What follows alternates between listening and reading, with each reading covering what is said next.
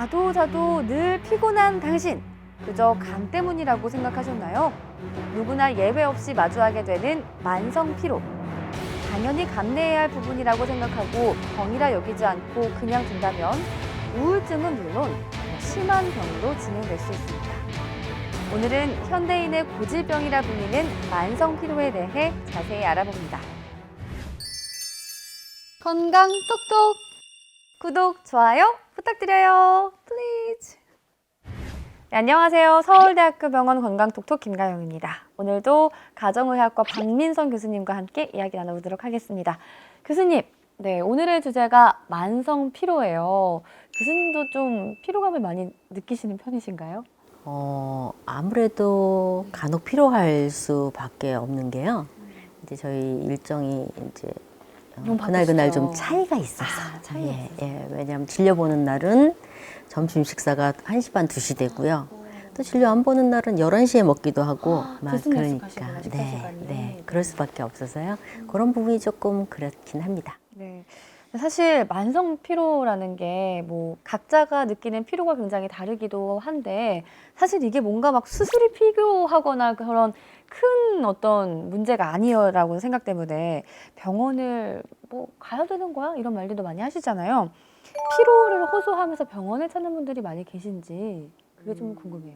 피곤해서 오시는 분들도 있긴 하고요. 내가 자고 일어나도 해결되지 않는 피로감, 뭐 이런 거.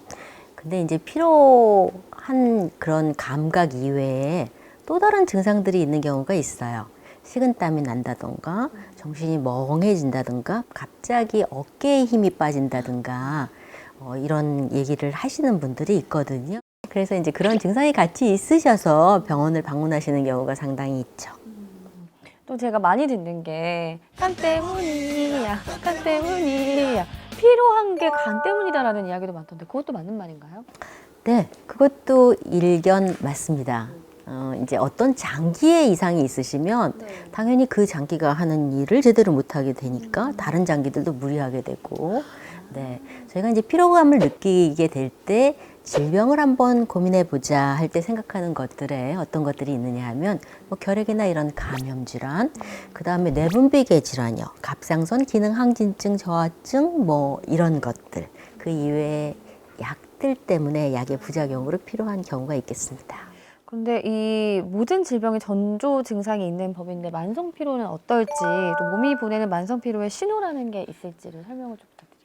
우선 몸에 힘이 떨어지고 좀 피로도가 높아지면 젊은 사람들은 이렇게 화를 참기 어렵고 이렇게 그 자리를 참기 어려운 그런 증상이 나타나다가 그 다음에 피로도가 심해지면 점점 더 우울해지거나 자기 기능을 못하고 해야 될 일이 있으면 불안해지거나 이런 게 나타나죠.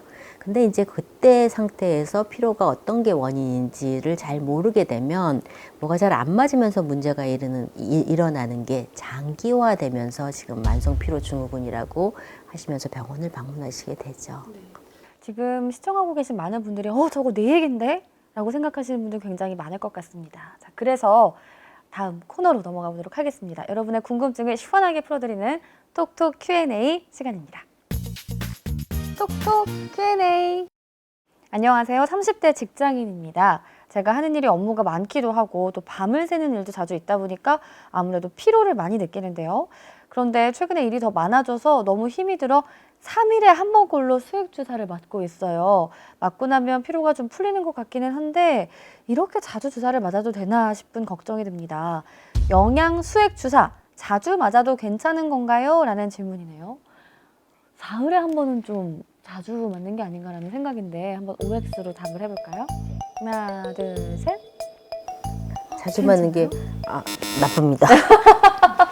저 보고 바쁘신 것 같은데. 네, 아닙니다. 네. 그러니까 자주 맞지 않으셔야 하지요. 그렇죠. 네. 네. 수액 속에는 뭐 여러 가지 전해질이 들어갈 수도 있고 지금 말씀드린 영양소 중에 일부가 들어갈 수도 있고요.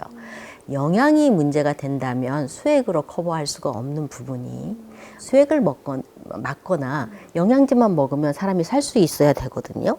만약에 그게 그렇게 좋아서 맨날 하면 되는 거면. 그럼 밥 먹는 것처럼. 밥 먹는 것처럼. 네. 근데 몸이 그렇게 만들어지지가 않은 것이 위나 장에 뭐가 차야 돼요.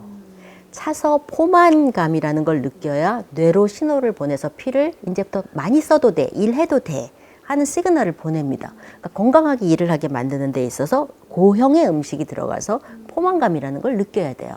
그래서 지금 수액을 주는 거는 미봉책이죠. 이분이 진짜 쓰러질 정도의 사태다.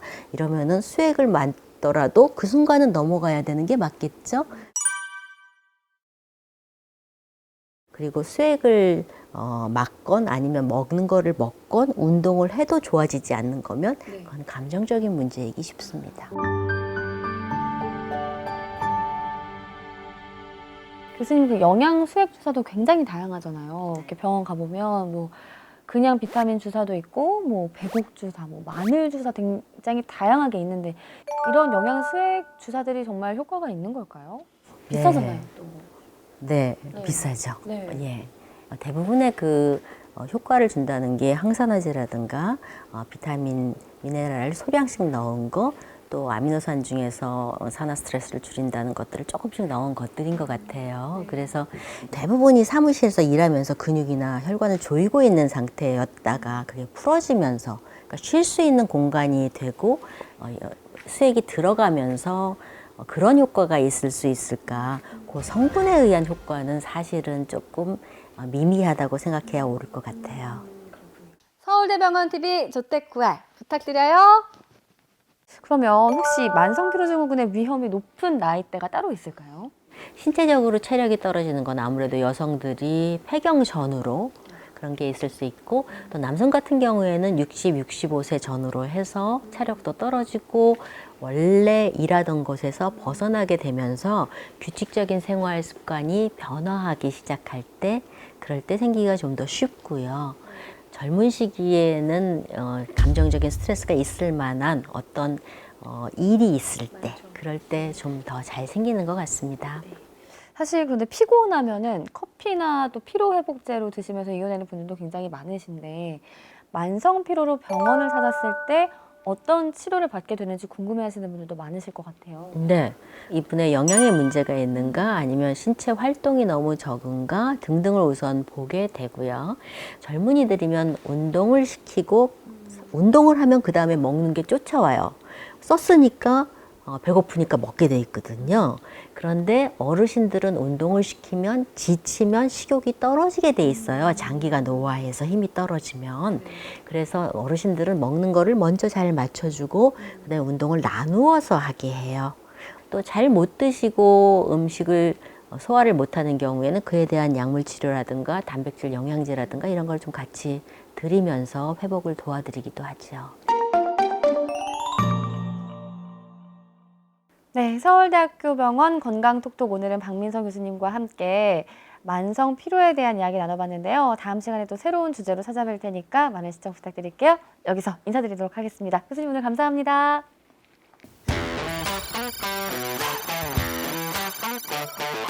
오늘의 건강 브리핑입니다. 만성 피로. 오늘도 피곤하네. 자고 나면 괜찮겠지 하고 계속해서 방치하면 더 큰 병을 불러올 수 있습니다. 적절한 진단과 치료를 위해 반드시 전문가의 도움을 받아 미리미리 예방해야 한다는 점 기억하세요. 오늘의 건강 브리핑이었습니다.